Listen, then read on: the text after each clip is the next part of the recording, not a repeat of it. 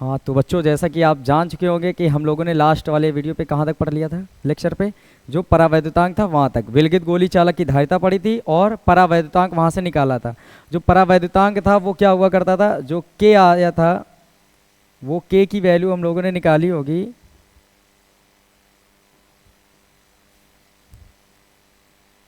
सी के अपॉन सी। यहाँ तक लास्ट वाले लेक्चर पे आप सभी ने पढ़ लिया होगा।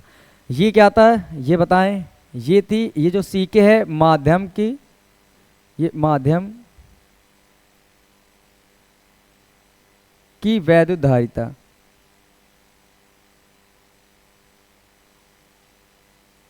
और ये क्या हुआ करता है, निर्वात की वैद्युत धारिता।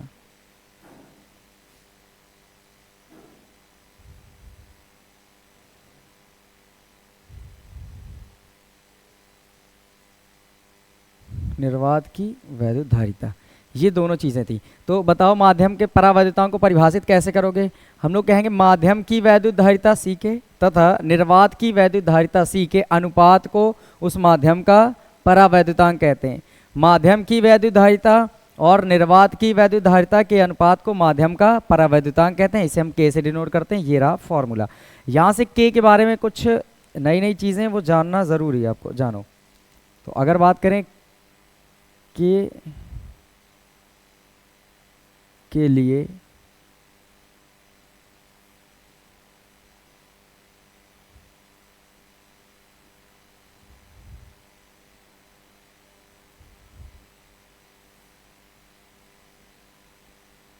मान, देखो के कुछ मान होते हैं, उन्हें आपको याद करना होगा।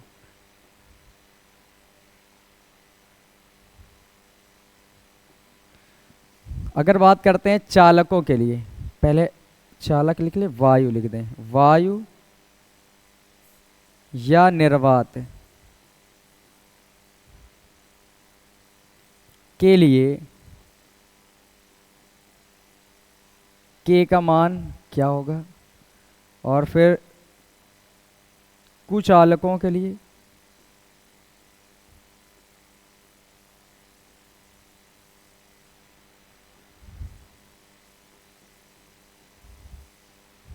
के क्या होगा, और फिर चालकों के लिए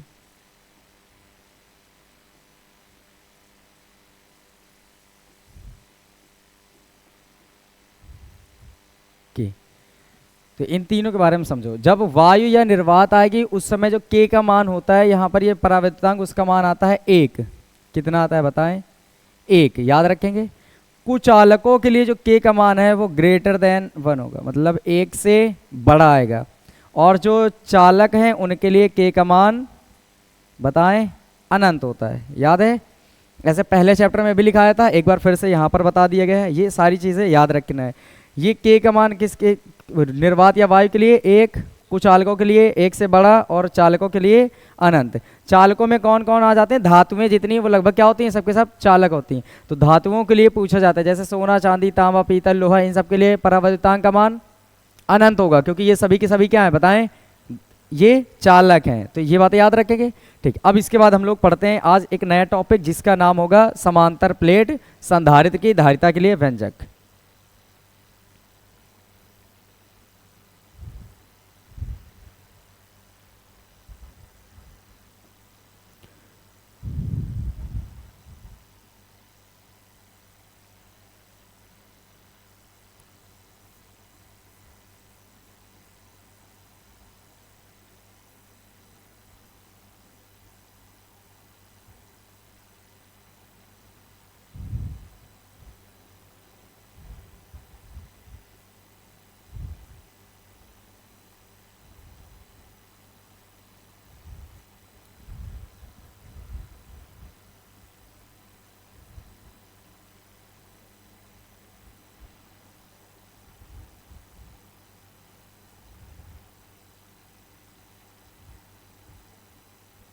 ये है हेडलाइन, समांतर प्लेट संधारित्र की धारिता के लिए व्यंजक।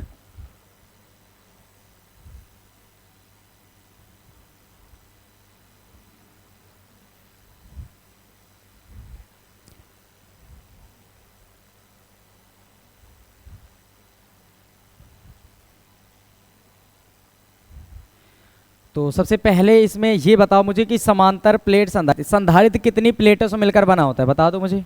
दो प्लेटों से, समझाया था ना, जो संधारित्र होता है वो दो प्लेटों से बनाया जा सकता है, बनता है। अगर मैं आपसे ये पूछूं क्या एक प्लेट से संधारित्र बनाया जा सकता है, तो आंसर क्या होगा? हाँ, बनाया जा सकता है, बिल्कुल सही है, बनाया जा सकता है, याद रखेंगे। फिर पूछा जाएगा कि अगर दो प्लेटों से संधारित्र बनता है और आपने तो एक ही प्लेट ली, तो दूसरी कहाँ है? दूसरी कहाँ है? तो दूसरी प्लेट को हम लोग अनंत में मान सकते हैं। कहाँ पर? अनंत पर। मतलब हर एक चालक प्लेट को लेकर संधारित्र बनाया जा सकता है, यह मानते हुए कि इसकी जो दूसरी प्लेट है वो कहाँ पर होगी? अनंत पर। समझ गए सारी बातें? ठीक है, अब यहाँ पर हम समांतर प्लेट संधारित्र के लिए प्लेट बना रहे हैं।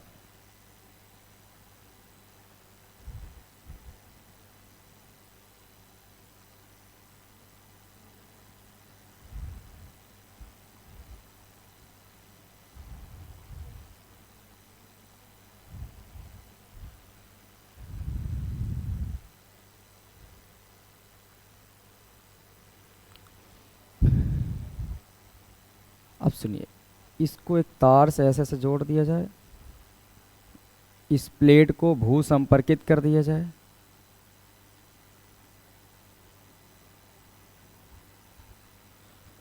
ठीक है।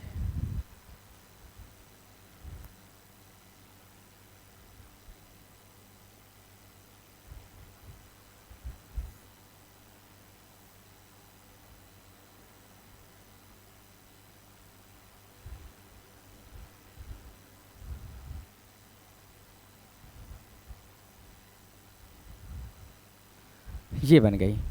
अगर प्लेट होगी अगर, तो समझना, तो उसके टर्मिनल होते हैं, एक नेगेटिव और एक पॉजिटिव। तो एक तरफ पॉजिटिव, एक तरफ नेगेटिव। अब ये बताओ, हमें पता है ना बल रेखाएं धनावेश से निकलकर किधर की ओर जाती हैं? ऋणावेश की ओर। धनावेश से निकलकर ऋणावेश की ओर। तो ये बना दिए गए। ये भू संपर्कित कर दिया जाता है, जैसे एक्स्ट्रा विभव होता है वो पृथ्वी पे चला जाता है। तो यहाँ पर ये बातें समझना। अब इनके बीच की जो डिस्टेंस है वो भी मानो।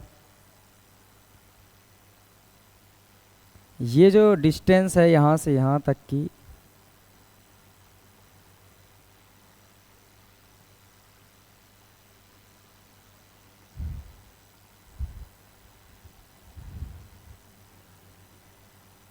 ये है डी, ठीक है। और हम लोग ये मान के चलेंगे कि ये धनावेशित है, ये ऋण आवेशित है, तो इनके बीच का विभवांतर है v। प्लेटों के सिरों का विभवांतर कितना है? v। तो हम ये मानते हैं, देखो, माना एक समांतर प्लेट संधारित्र है, माना एक समांतर प्लेट संधारित्र है जिसकी प्रत्येक पृष्ठ का, ये प्रत्येक प्लेट का क्षेत्रफल a है और पृष्ठ आवेश घनत्व सिग्मा है, ये मान लेंगे। तथा इनके बीच की दूरी कितनी है? d है, और प्लेटों के बीच का विभवांतर v है। ये इतना लिख लोगे। माना एक समांतर प्लेट संधारित्र है जिसके प्रत्येक प्लेट का क्षेत्रफल a है और पृष्ठ आवेश घनत्व सिग्मा है। माना इनके बीच की दूरी d है तथा इनके सिरों का विभवांतर v है। इतना करने के बाद यहाँ पर सुनिए ज़रा, हाँ, बेसिक बात तो ये जानो पहले कि मुझे निकालना क्या है। निकालना आपको ये है समांतर प्लेट संधारित्र की धारिता। क्या निकालनी बताओ? धारिता। धारिता को किससे डिनोट करते हैं? C से। तो आपको C निकालना है। तो C बराबर बताइए फॉर्मूला क्या होता है? Q अपॉन V, यही है। C बराबर Q अपॉन V। तो यहाँ से समझो कि मुझे अगर C निकालना है तो किस किस चीज़ की ज़रूरत पड़ेगी? Q की और किसकी? V की। तो ये तो हम मान ही लेंगे कि अगर आवेश है तो मान लो Q आवेश है, प्रत्येक प्लेट में आवेश कितना है? बोलो, Q है, तो आवेश तो मिल जाएगा। तो निकालना है क्या बताओ? V, विभव निकालना है। अब विभव कब आएगा? एक बात सोचो, मैंने इससे पहले जब अभी चैप्टर 3 के न्यूमेरिकल्स कराए थे उसमें ढेर सारे क्वेश्चन इस बात पर आए थे कि अगर कूलिज नलिका थी, मतलब दो समांतर प्लेटें थी वहाँ पर भी, और विभवांतर इनके बीच का कितना था? V, इनके बीच की डिस्टेंस थी D, तो बताओ प्लेटों के मध्य वैद्युत क्षेत्र की तीव्रता E कितना आएगा? तो E बराबर V अपॉन D का फॉर्मूला लगाया जा रहा था, याद आया? तो बताओ, जब हमें प्लेटों के बीच का विभवांतर पता हो और उनके बीच की दूरी पता हो तो वैद्युत क्षेत्र की तीव्रता क्या लगती है? E बराबर V अपॉन D। याद रखेंगे। एक तो ये कॉन्सेप्ट याद रखना कि ये फॉर्मूला आपको भूलना नहीं है। क्यों? क्योंकि दो प्लेटें भी अपने पास, उनके बीच की डिस्टेंस भी है और साथ ही वोल्टेज भी पता है हमें। अब एक और काम समझिए, जब हम लोगों ने चैप्टर 2 पढ़ा था वहां पर दो विपरीत प्रकार से आवेशित प्लेटों के मध्य वैद्युत क्षेत्र की तीव्रता निकाला गया था। अगर एक प्लेट ये थी और एक प्लेट और ये रखी गई थी, ये एक समान रूप से धनावेशित मान लो, एक समान रूप से ये ऋणावेशित मान लो, और यहाँ पर बिंदु P था। अब इनके कारण वैद्युत क्षेत्र निकाला गया था, E1 E2 दोनों की दिशाएं इधर की ओर थी। याद आ रहा होगा, छोटी छोटी बातें याद आ रही। इस समय बताओ एक प्लेट के कारण फॉर्मूला आया था सिग्मा अपॉन 2 एप्सिलॉन नॉट, आई थी वैद्युत क्षेत्र की तीव्रता। इसके कारण भी कितनी आएगी, सिग्मा अपॉन 2 एप्सिलॉन नॉट। तो बताओ टोटल कितनी आएगी, दोनों एक ही ओर हैं। कैसे, देखो ये धनावेशित है, इस बिंदु पर दिशा किधर की ओर होगी, बाहर की ओर। ये ऋणावेशित है, ऋणावेशित के कारण उसी की ओर होती है, तो दोनों दिशाएं किधर की ओर हो गई, एक ही ओर। और जब एक ही ओर आ जाती थी तो क्या करना था आपको बताओ, प्लस करना था। तो इन सबको जोड़ा गया था, तो E बराबर देखो एक बार सिग्मा अपॉन 2 एप्सिलॉन नॉट, एक और बार सिग्मा अपॉन 2 एप्सिलॉन नॉट, तो 2 सिग्मा अपॉन 2 एप्सिलॉन नॉट। तो बताओ ये खत्म हो गया था। तो बताओ E का मान कितना बन के आया था, सिग्मा अपॉन एप्सिलॉन नॉट। क्या ये बातें याद आ गई, सही है। तो बताओ जब भी दो प्लेटें आपको मिले जो विपरीत प्रकार से आवेशित हों और उनके मध्य वैद्युत क्षेत्र की तीव्रता की बात आए, तो सिग्मा अपॉन कितना होता है बोलो, एप्सिलॉन नॉट। कोई दिक्कत नहीं। और पीछे जो वो फॉर्मूला पढ़ाया था E बराबर V अपॉन डी, इसको भी याद रखोगे, इससे V निकालना आसान हो जाता है। V बराबर क्या बन जाएगा, E इंटू डी। तो ये फॉर्मूला याद रखना है और एक ये फॉर्मूला याद रखना है, बस दो ही फॉर्मूले। तो मैं स्टार्ट करूं, यहीं से स्टार्ट करने होंगे ना, इस वजह से ये बताया मैंने। सबसे पहले लिखेंगे प्लेटों के मध्य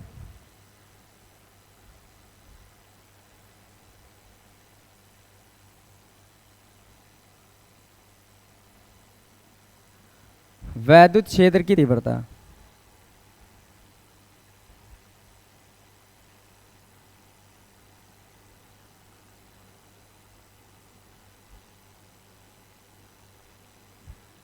E बराबर, बताइए E का मान कैसे निकालेंगे हम लोग। E बराबर सिग्मा अपॉन एप्सिलॉन नॉट। ये समझ आई। इन प्लेटों के मध्य में अगर कहीं पर भी ये आसपास देखेंगे तो यहाँ पर एक समान चुंबक वैद्युत क्षेत्र उत्पन्न होता है, और वो कितना होता है, sigma upon epsilon not. Sigma की वैल्यू क्या होती है बताएं, सिग्मा बराबर Q अपॉन A पढ़ाया गया था। एकांक, किसी चालक के एकांक क्षेत्रफल में प्रवाहित आवेश की मात्रा को उसका पृष्ठ आवेश घनत्व कहते हैं सिग्मा। तो जहां सिग्मा है वहां क्या लिखेंगे हम, Q अपॉन A। तो बताओ ये E बराबर कितना आ जाएगा। देखो सिग्मा की वैल्यू Q अपॉन A, इस सोचो इसको उठा के ऐसे रखना है तो Q ऊपर हो जाएगा और A किसके पास आ जाएगा, एप्सिलॉन नॉट के पास। तो बन जाएगा Q upon A epsilon not, इतना बन गया। ये इक्वेशन फर्स्ट मान लो इसको, ठीक है, ये मिल गया। अब हम लिखते हैं प्लेटों के मध्य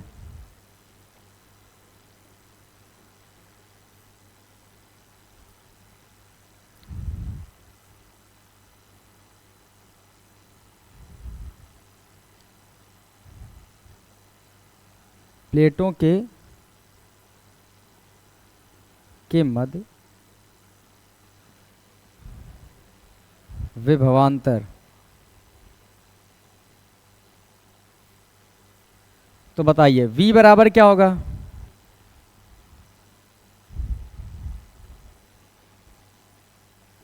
V बराबर क्या होगा जल्दी बताओ, E इंटू डी। ये फॉर्मूला पता चला, V बराबर E इंटू डी, क्योंकि E बराबर होता V अपॉन डी, तो ये D बट्टे में, देखो इस चीज़ को समझो यहाँ पर, क्योंकि अपने पास जो E होता है वो V अपॉन डी के बराबर होता है। प्लेटों के सिरों का विभवांतर V है, इनके बीच की दूरी D है, तो जो वैद्युत क्षेत्र E आता है वो V अपॉन डी के बराबर होता है। पर हमें ज़रूरत किसकी है, विभवांतर V की। तो ये V निकालना है, तो ये D बट्टे में इधर आएगा तो गुणे में हो जाएगा, तो V बराबर E इंटू डी बनेगा, E इंटू डी। तो V बराबर E इंटू डी। अब ये वैल्यू रखो, V बराबर E की वैल्यू आपने कितना निकाला है, Q upon A epsilon not, और इंटू में क्या रहेगा D। कोई दिक्कत है किसी को तो बताइए मुझे, कोई दिक्कत नहीं, फिर आगे बढ़ें।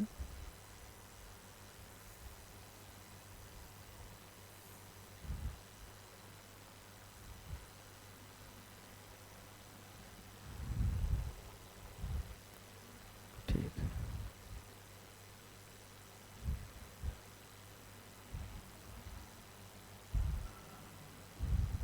अब यहां से सुनिए ज़रा, ये जो V बराबर Q upon A epsilon not into D आया है, तो इसी को हम चाहो तो ऐसे भी तो लिख सकते हैं, Q और D ऊपर लिख दें और नीचे लिख दें A एप्सिलॉन नॉट। समझ आया। क्यू डी ऊपर है, ए एप्सिलॉन नॉट नीचे। अब यहाँ के बाद समझिए, आपको क्या पता करना था बताओ। सी निकालने के लिए आपको क्यू की जरूरत है और वी की। क्यू तो पता ही था, वी आपने निकाल लिया, कितना आएगा Q D upon A epsilon not. तो बताओ जैसे ही वी निकल आए तो फॉर्मूला लगा सकते हैं हम लोग, लिखते हैं अतः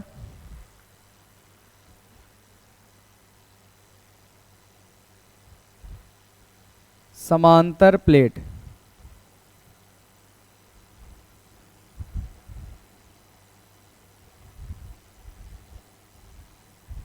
संधारित्र की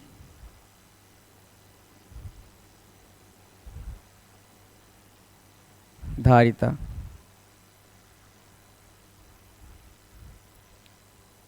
Q बराबर C बराबर Q अपॉन V से रखो। C ये लिखेंगे हम लोग, Q का मान तो Q ही है, V का मान बोलो कितना है, Q D upon A epsilon not. कितना आ जाएगा Q D upon A epsilon not. जो सबसे नीचे होती है वो कहाँ चले जाता है बताइए, ये वाला कहाँ जाएगा, सबसे ऊपर पहुँचेगा। तो इस चीज़ को ऊपर पहुँचा दिया जाए।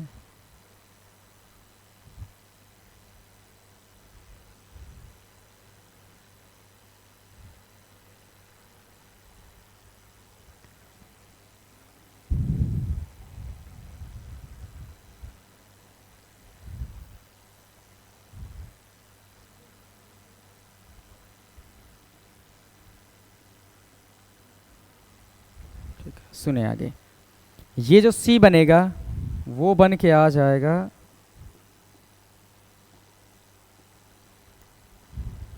C बराबर, देखो ऊपर Q है ठीक है, और ये ए एप्सिलॉन नॉट ऊपर चला जाएगा तो ए एप्सिलॉन नॉट, और नीचे क्या बचा बोलो Q और D। तो नीचे आ जाएगा Q और D।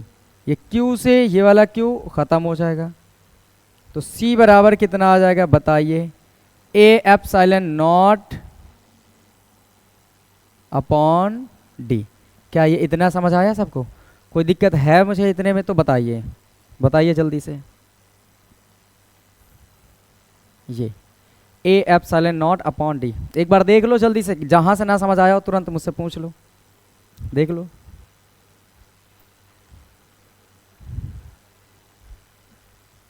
आ गया सबको, आ गया।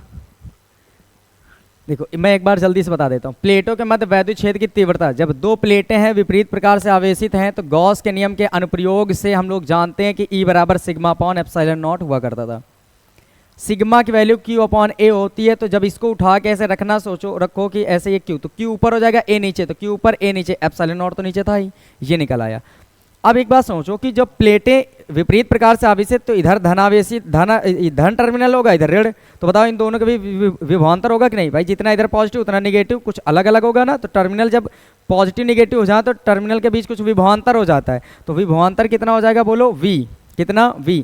तो अगर विभवांतर V है तो फॉर्मूला होगा कितना, वैद्युत क्षेत्र प्लेटों के बीच का और उनके बीच की दूरी। तो वैद्युत क्षेत्र कितना है इसके बीच में बोलो E, ये निकाल चुके हो, और D डिस्टेंस देखो प्लेटों के बीच की ये दूरी कितनी लिखी, यहाँ से यहाँ तक की D, तो V बराबर E इंटू डी। अब ये आया कहाँ से था, क्योंकि E होता है V अपॉन डी। प्लेटों के बीच वैद्युत क्षेत्र निकालना है कब, जब प्लेटों का विभवांतर V हो और उनके बीच की डिस्टेंस D हो, तो E बराबर होता है V अपॉन डी। तो यहाँ से निकालोगे D बटे में, इधर आएगा तो गुणे में, तो V बराबर E into D, E into D, ये बन गया था। E की वैल्यू ये रखी गई है और D अपनी जगह, Q D upon A epsilon not. फिर ये धारिता से समझ गए, क्या आ गया सबको, ठीक। अगर मैं यहीं पर लिख दूं माध्यम के लिए,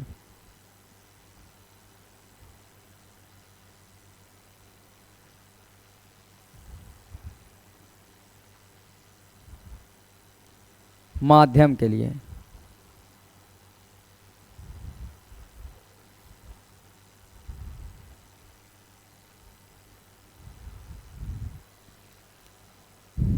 बताइए, माध्यम के लिए क्या लिखोगे, C के यहाँ पर लिख दें, समझ आना माध्यम के लिए बात हो रही है, तो ये A रहेगा, एप्सिलॉन नॉट रहेगा। और बताओ जो माध्यम का परावैद्युतांक K लगाते हैं वो कहाँ लगाते हैं, किसके बाद, हमेशा एप्सिलॉन नॉट के बाद, तो एप्सिलॉन नॉट के बाद लगा दो, और नीचे क्या आ जाएगा D।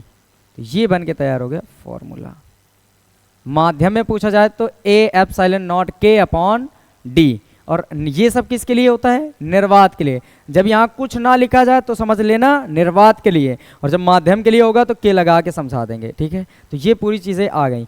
अब यहाँ के बाद हमें ये पता करना होता है कि समांतर प्लेट संधारित्र की धारिता किन किन बातों पर निर्भर करती है, ये क्वेश्चन आता है। तो इसको हटाया जाए फिर, तो चलो हटा ही दिया जाए।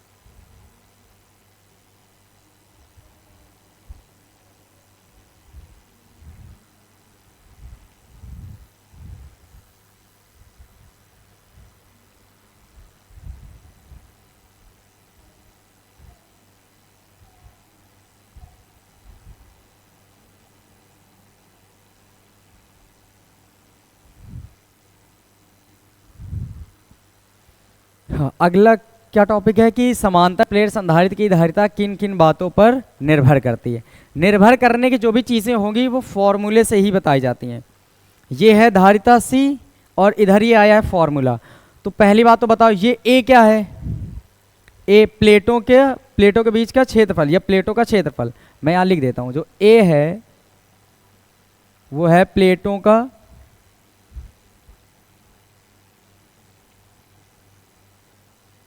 क्षेत्रफल, और जो के है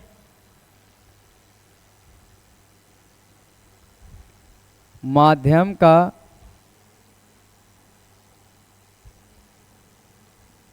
परावैद्युतांक,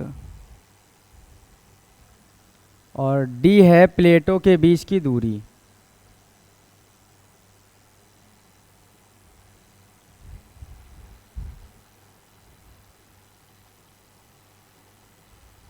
अब सीखिए ज़रा। तो क्वेश्चन जब आया कि किन किन बातों पर निर्भर कर रहा है, ये तो एप्सिलॉन नॉट एक क्या है? कांस्टेंट वैल्यू है ना, तो इसका तो मान फिक्स होगा। तो इसको छोड़ के बताना किन किन बातों पर निर्भर। अच्छा बताओ, एप्सिलॉन नॉट कभी भी कम या ज़्यादा हो सकता है? नहीं हो सकता, क्योंकि ये फिक्स मान है। तो इसको छोड़ दो, बाकी बताओ। ए कम या ज़्यादा हो सकता है प्लेटों के क्षेत्रफल, परावैद्युतांक का मान कम या ज़्यादा हो सकता है, डी का मान कम या ज़्यादा हो सकता है। तो इन्हीं तीन चीज़ों पर निर्भर करेगा। किन किन बातों पर? ए पर, के पर और डी पर। तो पहली बात हम क्या लिखेंगे? माध्यम के परावैद्युतांक पर। क्षेत्रफल वाला लिख ले, प्लेटों के बीच क्षेत्रफल, प्लेटों के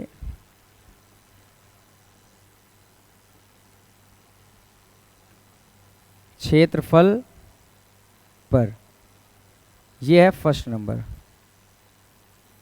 अब कैसे निर्भर करेगा वो आप समझिए। देखो, अगर मैं आपसे ये कहूं कि ये जो ए है वो इसमें देखो, इस फॉर्म में बिल्कुल सामने दिख रहा है या नीचे दिख रहा है? सामने दिख रहा है। और जब कोई चीज सामने दिखे तो क्या बोलते हैं? अनुक्रमानुपाती या व्युत्क्रमानुपाती? बताएं।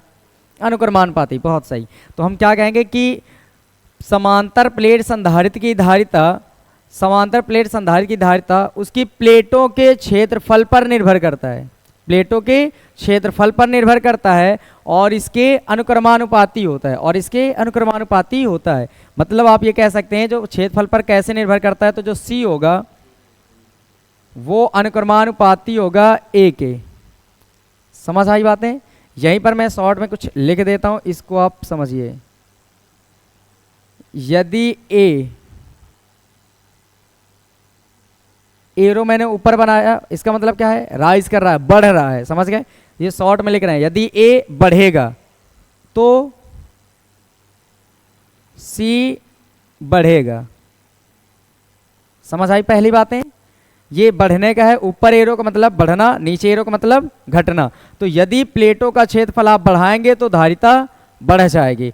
सोचो जरा तुम खुद ही, अगर इन सबको थोड़ी देर के लिए मान लो कि ये फिक्स हो गए, तो अगर ए का मान 1 रखोगे तो इसके 1 गुने के बराबर आएगा, 2 रखोगे तो इसके 2 गुने के बराबर आएगा, 3 रखोगे तो 3 गुने के। जैसे जैसे प्लेटों के क्षेत्रफल बढ़ाते जाओगे वैसे वैसे धारिता का मान बढ़ता जाएगा। और यदि ए को आप घटाते जाएं तो सी क्या होता जाएगा, बोलो, घटता जाएगा। इसके लिए ये कंडीशन है। ये समझ आ गई? शॉर्ट में लिख सकते हैं आप, अपने पे लिखेंगे कॉपी में तो कैसे लिखेंगे, समांतर प्लेट संधारित्र की धारिता प्लेटों के क्षेत्रफल पर निर्भर करती है और इसके अनुक्रमानुपाती होता है। और यही बात मैंने शॉर्ट में लिख दी कि यदि ए बढ़ेगा तो सी बढ़ेगा और यदि ए घटेगा तो सी घटेगा। सी क्या है, धारिता, ए क्या है, क्षेत्रफल। आगे दूसरी बात,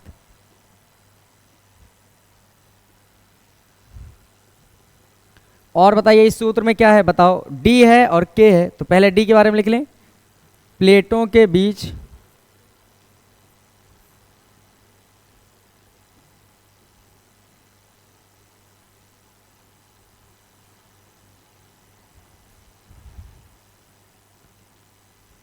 की दूरी पर,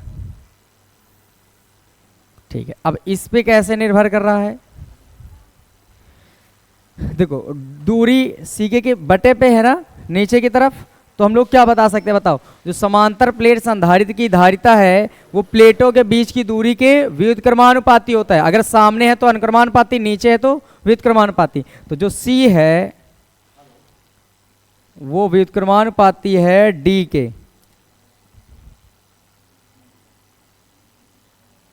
ये बातें, इसको छोटा कर दिया जाए।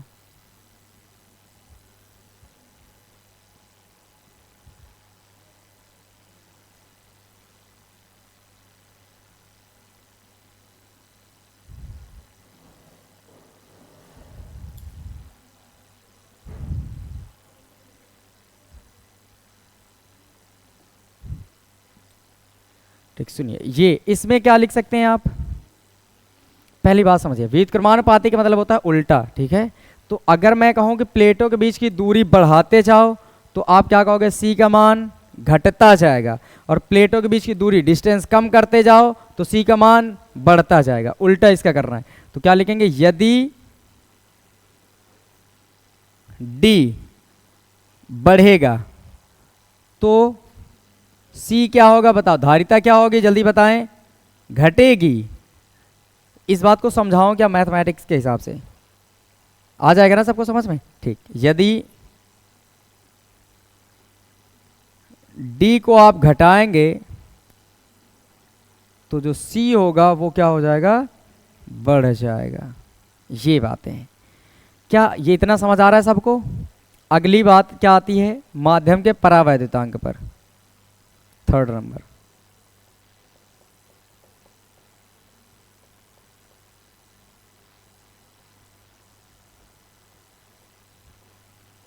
माध्यम के परावैद्युतांक पर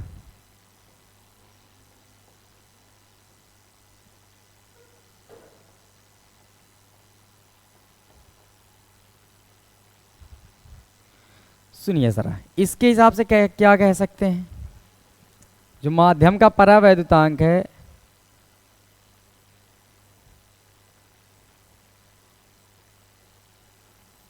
वो सामने है, बताओ इस फॉर्मूले में, या नीचे दिख रहा है, बता दो। बिल्कुल सामने नजर आ रहा होगा, तो फिर जो सामने होता है उसमें हम लोग क्या कह सकते हैं, उसमें हम लोग कहेंगे अनुक्रमानुपाती होता है।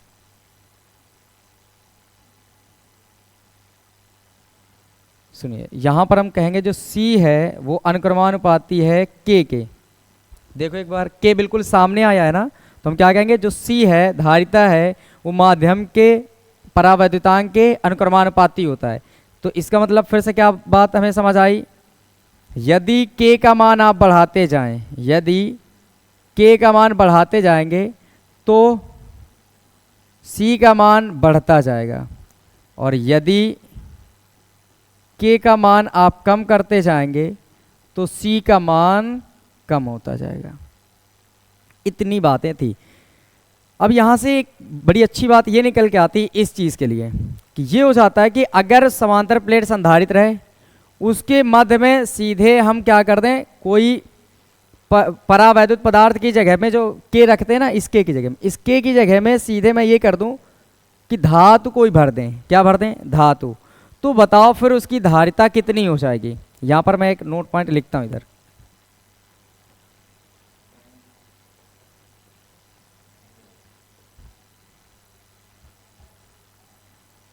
यदि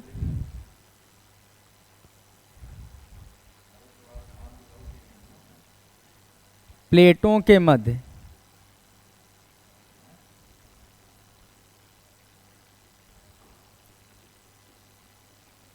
धातु भर दी जाए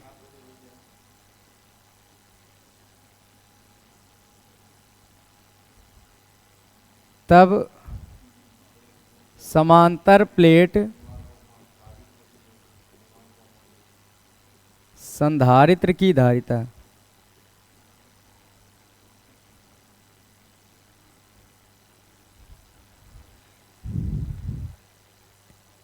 सुनो, अगर मैंने ये कहा कि प्लेटों के मध्य क्या रख दी जाए, बताओ, धातु भर दी जाए। वो जो जगह खाली थी ना प्लेटों के मध्य, जो डी डिस्टेंस थी, उसमें मैंने क्या किया, धातु को ही भर दिया। धातु मतलब सोना चांदी लोहा तांबा ये सारी चीज़ें भर दी।